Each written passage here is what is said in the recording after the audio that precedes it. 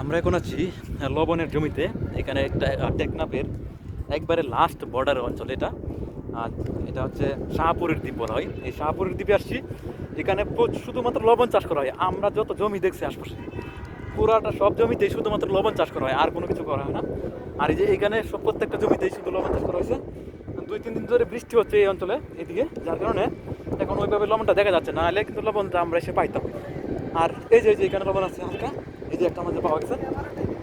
আর এখানে সব ধরনের পানি একবারে পুরো লবণাক্ত, এত বেশি লবণ যে মুখে দেওয়ার মতো অবস্থা নাই। এই যে এই যে লবণ, এই যে এই যে এখানে আজিজুল নিচ্ছে। হ্যাঁ হ্যাঁ, এই যে লবণের চাকা, এই যে হাতে নিচ্ছে। মনে হচ্ছে গুড়ি গুড়ি পাথরের মতো, দেখে বোঝা যাচ্ছে গুড়ি গুড়ি পাথরের মতো।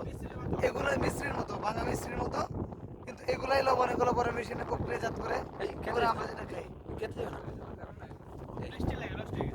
ওকে, এই হচ্ছে আমাদের এখানকার লবণ চাষিটা দেখা, অনেক সুন্দর।